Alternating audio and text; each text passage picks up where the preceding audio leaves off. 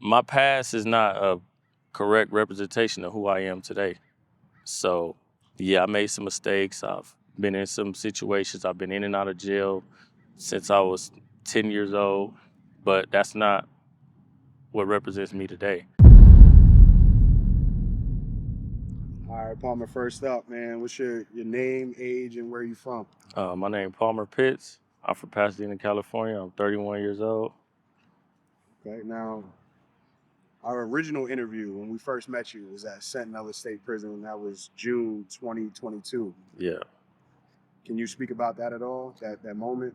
Um, it was a touching moment because it was right after COVID and we was in there stuck, and we had somebody come in and reach out to us and connect with us on a different level when we was just in there trapped from the world. So yeah, it was a touching moment though.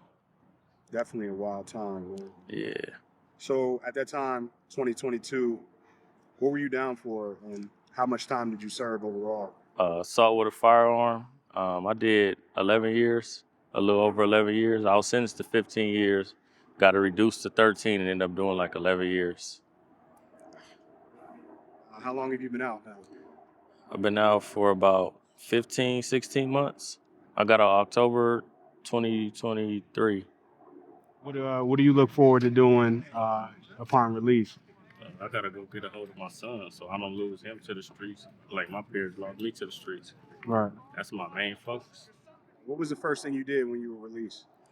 I had chilled with my wife, and then right after that, I went to go pick my son up, leaving from the prison. So that was the first thing I did was to go pick my son up and talk to his mom, see if we could work out a way for him to come live with me. And it was figured out that day, and he been staying with me ever since. Now, was this that same son that you spoke about in that first interview? Same exact one. My son Damari, that was my whole mission was to go get a hold of him. And that was the first thing I did. I ain't go see my mom, my brothers, my dad. I went straight to go get him straight off the freeway. And he's here with us today. Yep, he here today. Hey, you want to pop in real quick? And my son Damari. Yes, sir. Introduce yourself, brother. I'm Damari Pitts from Pasadena, California. And how old are you? 14. 14. How excited were you on that day when your pops got out and came to scoop you up? I was excited. Felt good. After seeing my dad for a while. Beautiful. Now, you play sports as well now. Yeah, I play football. What school are you at right now? Right now, I'm homeschooled. I'm in 8th grade. Okay. Beautiful, man. Beautiful. Appreciate it. Now, Palmer, what are some of the struggles and hardships that you faced since you've been released? Honestly, it's just been a breeze. I've been taking it day by day. I've been mentally preparing myself before I even came home, so I can't even say I've been struggling. It's been a breeze though, honestly. And I ain't gonna say I'm perfect or the world is perfect, but after going through what I went through, I just find ways to fight through stuff, so I don't even look at it as a struggle. So, how important do you feel like preparing your mental for release is? And do you feel like a lot of people are focused on that behind the walls? Nah, that's why the percentage of back and forth is so high, because a lot of people not focused on that. And that's the most important part is your mental and family structure. It don't get no better than that. So it's like if your mental not right, 9 times out of 10, you're gonna be one of those in the statistics of coming right back or wanting to do something to come right back or ending up in a situation to go right back. Now, what was it that kind of gave you this mentality? Was it a specific instance that happened, or was it something that once you went in, you knew you had to make a change? Like, what was it that gave you that mindset? It was a lot of things. Just sitting in there and having time to think and reflect on what's worth it and what's not.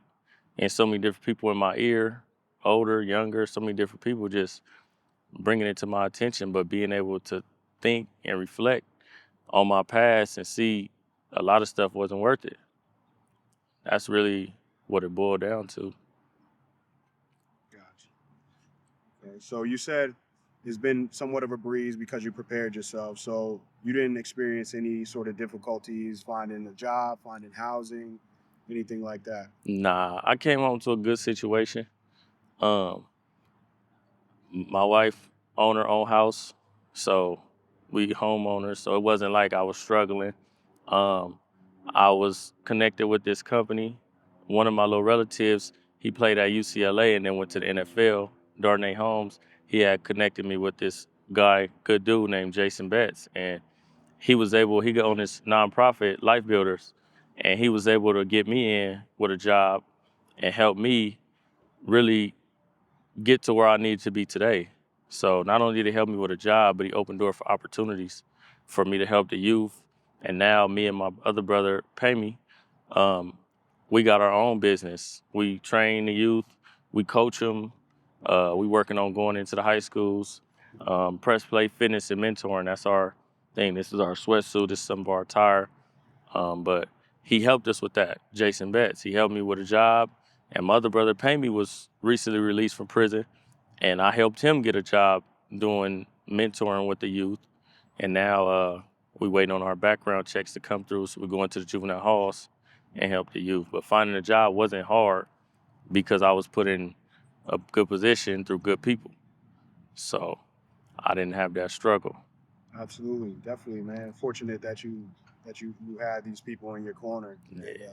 And, it seems unfortunate that a lot of people don't come home to situations like that. Exactly.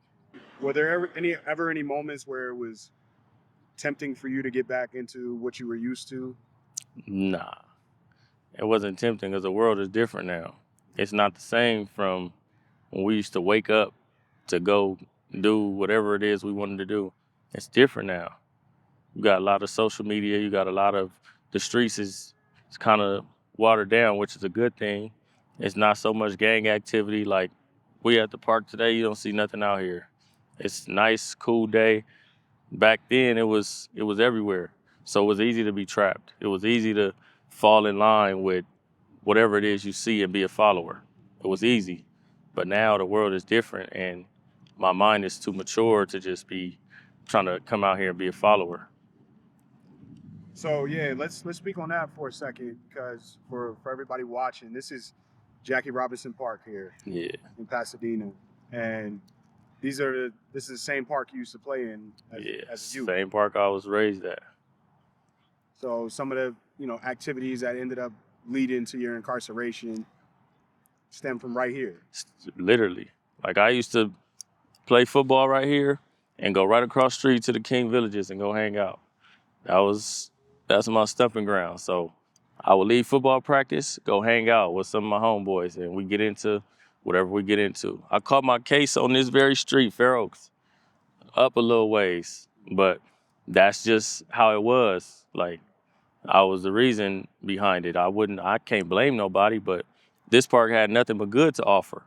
But if you wanted something different, it was there for you. And that's the route I chose.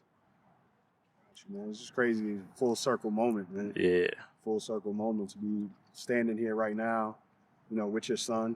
yeah, You know what I mean? With the organization that you started, your own merch, everything. It's Yeah. doing well, man. Proud of you for real. thank you. Mean that. So in the first interview, you said, and I quote, I had to go rob houses at one point to put clothes on my back. Mhm. And at this point in your life, obviously you know that there was a better way and there is a better way. What is some advice that you would give to the youth coming up that might feel like they don't have any options? Try to talk to somebody, try to research, especially now you got Google. You could research places that give out clothes, shoes. You got a lot of nonprofits that look out for the youth, but that's not the only option.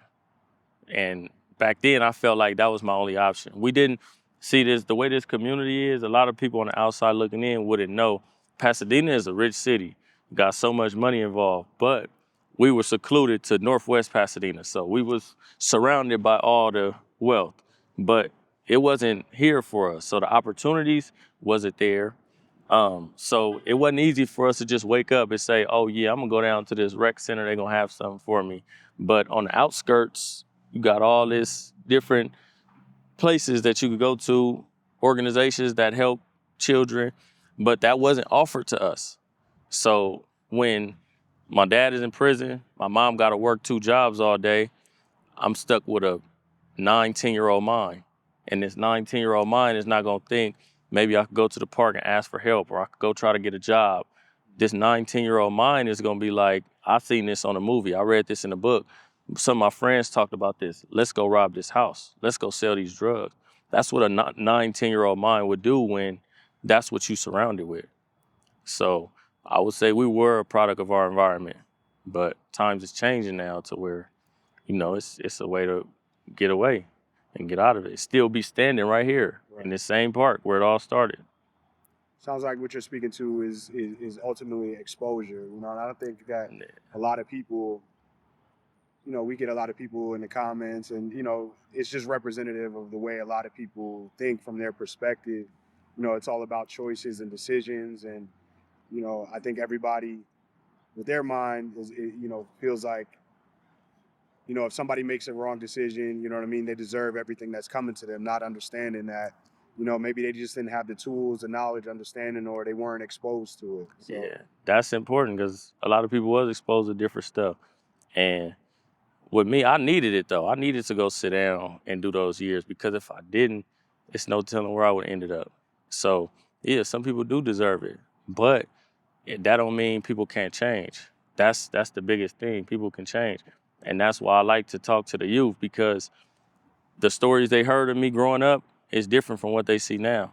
So it's easy for me to talk to them about change when they see it themselves. Like, people on the outside looking in, they would say, he could have done this, he could have done that, but they don't know how I was raised. They don't know the sacrifices my parents had to take to put clothes on our backs. They don't know that we wanted to take pressure off our parents. So it's easy for someone on the outside looking in to say, but actually living it and living that life and being brought up the way we were brought up, it's 2 different things. So something you mentioned is that, you're in a good position to speak to these kids because you're an example. Right? Exactly. So it's like, you having lived what they're now living, find that makes it a lot easier for you to talk to them and connect with them? Yeah, because on the outside looking in, you got these kids, they see certain stuff on Instagram about jails, prisons, people being killed, and they think it's okay. But by me being a person who lived it, I was fighting life in prison. I know how it feels for them to tell you you're going to spend the rest of your life in prison. I know how it feels for friends to turn their back on you, family to turn their back on you. I know the downs. Everybody know the ups, but I know the downs, and that's motivating. So that's what I speak on. And I know I've been through a lot. They haven't been through what I've been through, and they don't want to go through what I've been through. So that's why I speak to them about it. And it's easier for me to get their attention because they're intrigued by it. But at the same time, I give them the worst version. I don't give them the watered down version that they'll see on the internet. Oh, we have fun, play football, we play basketball. I give them the worst version. You go 10, 11 years without seeing your parents. You come home, your grandparents dead, your uncles are dead. You got brothers and sisters that's dead. Your friends you grew up with is dead. So it's like, you can't use the bathroom when you want to. You can't shower when you want to. I give them the worst version so they understand. So when they do think about it, they thinking like, dang, if I go in there, I ain't gonna be able to bathe, I ain't gonna have no food. Like, I wanna understand, like, yeah, it's a learning process, but I would rather them not have to go through what I went through, because I had to learn the hard way.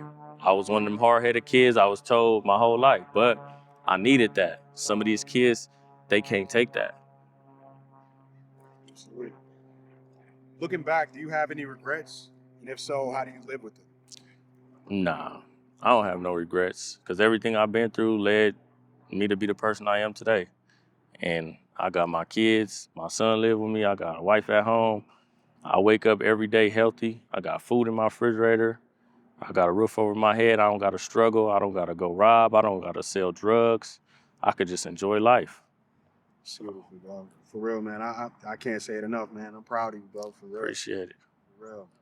So what, if you could do anything on the outside, like you said get with your son, but in terms of like your passion or profession, like what's something that you would love to do or want to get into? I would rather go coach. I've been playing football, baseball my whole life, and I had all type of scholarships, and I blew it. So I wouldn't mind helping out the youth, getting like a program like y'all. Like I wouldn't mind doing something like that because it helped, Right. especially like us kind of got to us too late, but them out there they could be saved. The next generation can be saved. So I guess you already answered the question. Married, have kids. Mm-hmm. I want to speak more about what you're doing now. You touched on it briefly. So me and my brother, we got our own thing where we train the youth, but our program is called Press Play Fitness and Mentoring because while we training them, we know the sports is what get their attention. But if we just go up to the kids, hey, I want to mentor y'all, they might not be receptive to that. So we get them going, get their blood flowing, let them have fun. Then at the same time, we mentoring them, just throwing it in, sneaking it in, like just so that they'll get it, but they not like standoffish to it. Cause some kids, you walk up to them, hey, you shouldn't be doing that. They're like, I don't care. But when we having fun, we having a good time, everybody is connected. Now we can get it in there, the mentoring sessions, and that's what we focus on. Like we got our clients that strictly mentoring, anger management, drug awareness, gang awareness. But with the kids that like we'll get a whole team and we go coach that team, and we like to have the kids that struggle. We don't need the most talented kids in the rich neighborhoods. We want the kids that struggle so that we can help them. Some kids don't have shoes and clothes. We there for them though. We buy them shoes and clothes.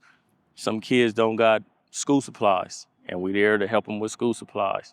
And we try to do fundraising, all the above, just to help those kids. But like a lot of people don't know what we're doing yet because we're still small and we building on our brand, we building on ourselves, but we can't just jump out and be big because at the same time, we still working on ourselves, becoming better people so that we could be role models for the youth. But that's what we focus on, sports. We work out with them. We focus on their mental, anger management, try to help them out. And like we do toy drives. Sometimes we do a lot of stuff with the youth though. Beautiful. So if somebody wanted to get in contact with you, you and your organization, what's the best way? We got our Instagram, Press Play Fitness and Mentoring. We got our Instagram now. We got our professional page, and we got our business cards. I'll give you one when you leave too. Absolutely. We definitely want to, use this as a platform to, be able to inform all of our viewers as well as to what you got going on and try to direct them as well. So we'll include all of the links in our bio and everything. Mm-hmm. But yeah, man, as you're describing that, it's interesting because that's actually how we met with our program with Between the Lines. Is like, obviously we came in there and we hooped, we played basketball, but it's much bigger than that. And as we see, I mean, some years later, for us to be able to connect, it's much bigger than sports. Sports is like you said, the tool that you use to hook them, and then, the work that you do begins after that. Once they, once they're having fun already, they don't even realize that, the work is being done. So, bro, I applaud you and I commend you on that as well, man. That was Real, part you of and your brother. that was part of the inspiration though. The way y'all came in there and y'all like, we want to know how y'all doing. We like to check up on y'all.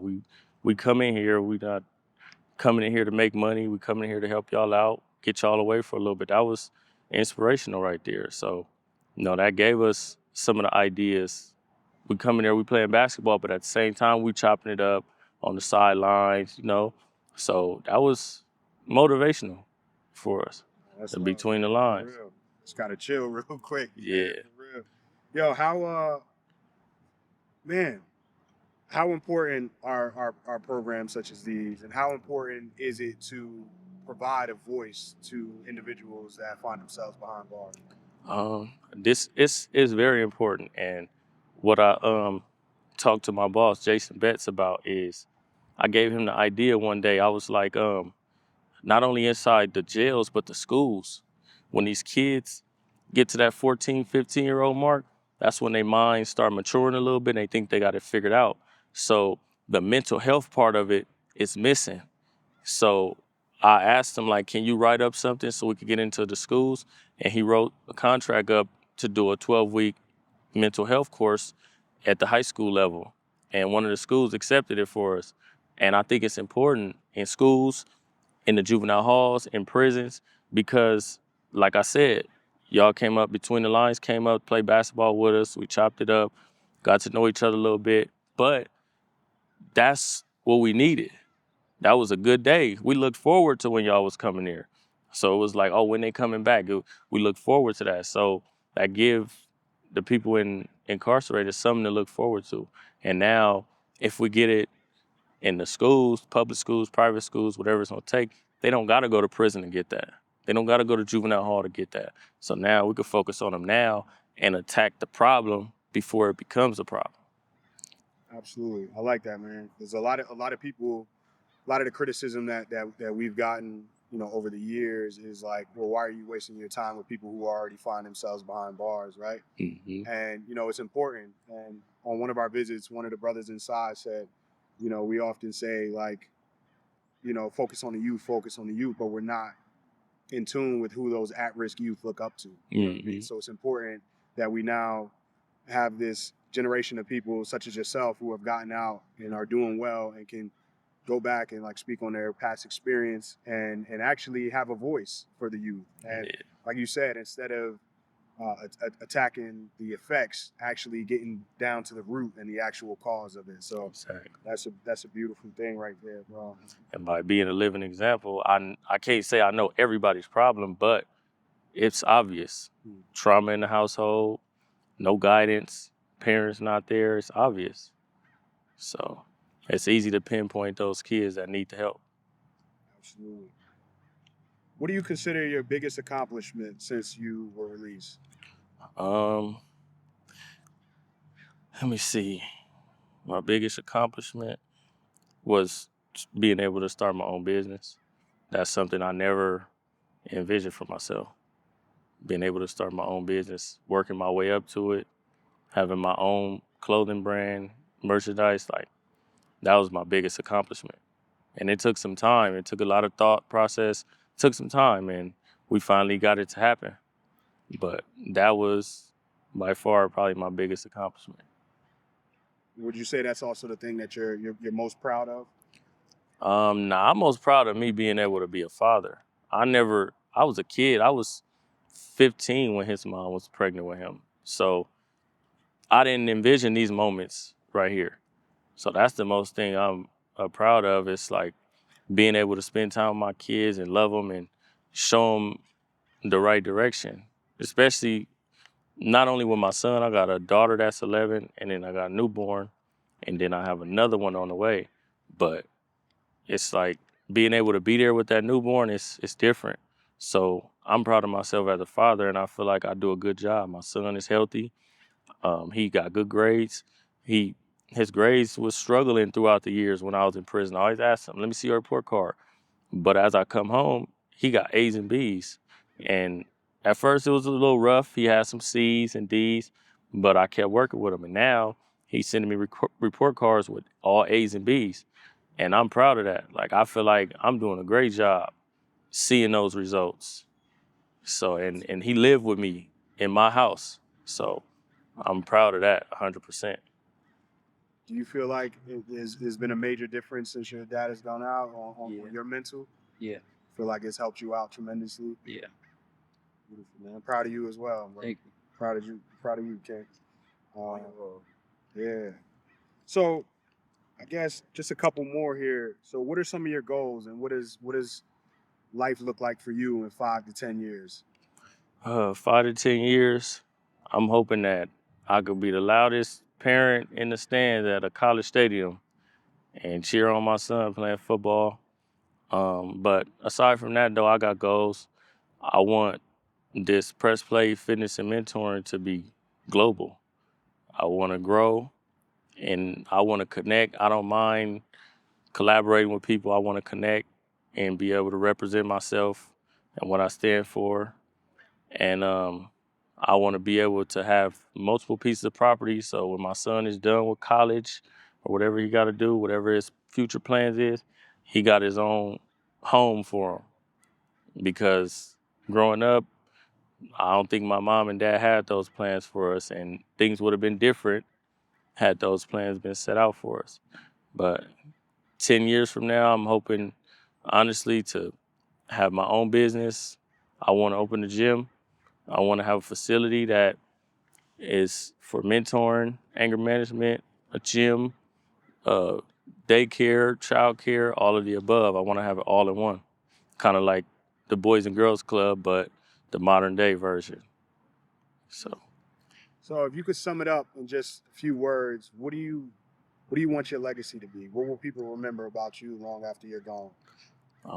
They'll remember, I just want them to remember how I helped the youth, how I never turned my back on where I came from, and how I was able to shape it up and figure it out, because my past is not a correct representation of who I am today. So, yeah, I made some mistakes. I've been in some situations. I've been in and out of jail since I was 10 years old, but that's not what represents me today. So, today I'm a grown man, I'm mature, and I like to help people. I love to help people and put other people in position to excel. So, my goal is to help as much of the youth as I can, and even some adults. I got friends that's being released from prison that I'm trying to get them jobs, and I want to be able to create job opportunities. Everything I do, I want to be able to create job opportunities for people who struggle finding jobs, because it's not easy coming home from prison to just find a job and be able to adapt to the world at the same time. So it's easy for people to say, oh, they hiring at McDonald's, but what about the mental part? I got to adapt to the world. I got kids I want to be around. So I want to be able to create jobs with flexibility for people who was incarcerated and people who's out here now struggling with drugs, domestic violence, domestic abuse, all of the above. So I just want to be able to help people. Absolutely. I know I said that was my last question, but one more thing. We live in this world where cancel culture is such a big part of it, where people don't necessarily have grace for anybody who's made a mistake or who has gotten in trouble, and we tend to just throw people away, whether that's celebrities or individuals who are incarcerated. So, just how important is grace? Um, that's real important. It's just, it comes from the heart, though. It's got to come from the heart, because most people are so judgmental, they don't even understand grace. So if people would stop being so judgmental and think about, how would you expect somebody to treat you if you made a mistake? Because I know 75% of people wouldn't be like, oh, well, just say F me or just forget about me. They would want to be treated as I made a mistake. But just because most of our mistakes, yeah, we went to prison. Some of us went to prison and had to do time for it. But there's a lot of people in the world who didn't have to go to prison and do time for it. And they're not going to treat those people the same way they would treat me. So, I mean, most people they're going to judge me. Oh, he's a thug. He got tattoos. He got jewelry on. He's this. Most people going to judge just by looking at me. But some people like you're not gonna come to me and be like, oh, went to prison. We're not gonna talk to him. But we here now. I'm no longer incarcerated. You no longer have to see me from prison. Now we could connect on different levels, collaborate with each other. But if a lot more people, we don't live in a perfect world, but if a lot more people had the mindset that y'all have and want to help people, then they would look at grace differently. But some people, they don't want to help us. That's the big difference. Man, well, I just want to say, bro, I'm proud to know you for real, man, and I thank you for taking the time, and I look forward to collaborating and trying to assist in any way that we can, and you assist, in our movement any way that you can as well. So Appreciate it. proud of you, bro. For Thank real, you, man. Hell yeah. Proud of you Appreciate as it. well, bro. For real. Thank you.